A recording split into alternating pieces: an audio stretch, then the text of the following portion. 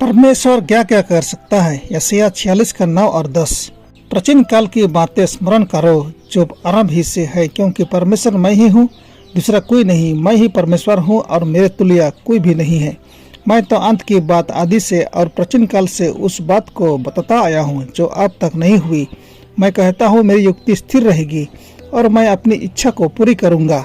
परमेश्वर अंत की बातों को आदि से बताते आया है जो अब तक नहीं हुई, और परमेश्वर कहता है उसकी युक्ति स्थिर रहेगी और वह अपनी इच्छा को पूरी करेगा।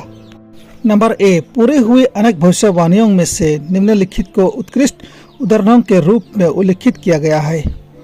नंबर 1, यहूदियों को पृथ्वी के सभी राज्यों में मारा मारा फिराए गए। व्यवस्था विवरण 28 का 25।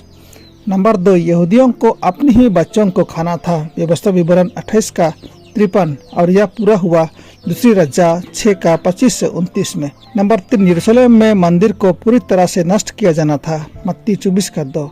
यह रोमन सेनापति टाइटस के शासनकाल में 70वीं ईस्वी में पूरा हुआ। नंबर 4, सूर्य चंद्रमा और तारों में चिन्ह होने थे। लुका 21 का 25। 19 में 1880 को सूर्य अंधकारमय हो गया था। नंबर ख, उसी रात चंद्रमा अंधकारमय हो गया। नंबर ग, 13 नवंबर 1833 को आकाश से तारे गिरे। नंबर 5, एक महान ईसाई विरोधी शक्ति समय और व्यवस्थाओं को बदलने की सोचेगी। दानियल 7 का 25। रोमन कैथोलिक चर्च की शिक्षाओं पर ध्यान दे। प्रश्न, क्या आपके पास यह साबित करने का कोई और तरीका है कि चर्च के पास धार्मिक पर्वों की स्थापना करने की शक्ति है?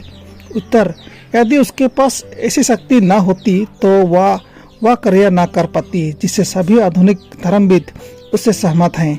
वह सप्ताह के पहले दिन रविवार के पालन को सप्ताह के 7वें दिन शनिवार के पालन से प्रतिस्थापित न कर पाती। एक ऐसा परिवर्तन जिसके लिए कोई शास्त्र संबंधी प्रमाण नहीं है। स्टीफन केनन ए डॉक्ट्रिनल क्रिटिसिज्म 174 का 5 और 6। नंबर बी, भविष्यवाणी के वे भाग जो अभी तक पूरे नहीं हुए हैं।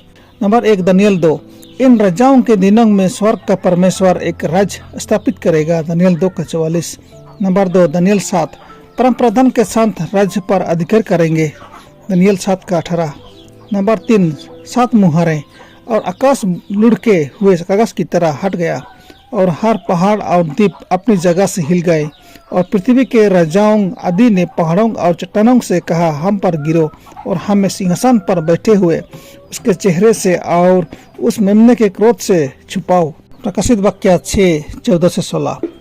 नंबर 4, प्रकाशित वाक्य 13, चीते के समान वह पशु बड़ी बड़ी बातें और इस निंदा करने वाला एक मूर्ति बनवाएगा और लोगों को उस पशु की मूर्ति की पूजा करने और उस पशु की चिन्ह प्राप्त करने के लिए मजबूर करेगा, और यदि कोई इनकार करे तो उससे मार दिया जाएगा। सवाल 12, हमें बाइबिल कैसे ग्रहण करनी चाहिए? पहला थिस्सलुनीकियों 2 का 13। इसलिए हम भी परमेश्वर का धन्यवाद निरंतर करते हैं कि जब हमारे द्वारा परमेश्वर के सुसमाचार का वचन तुम्हारे पास पहुंचा तो तुमने उससे मनुष्यों का नहीं परंतु परमेश्वर का वचन समझकर और सचमुच यह ऐसा ही है ग्रहण किया, और वह तुम में जो विश्वास रखते हो कार्य करता है। हमें बाइबल को परमेश्वर का वचन समझकर ग्रहण करनी चाहिए। परमेश्वर आपको आशीष दे। आमीन।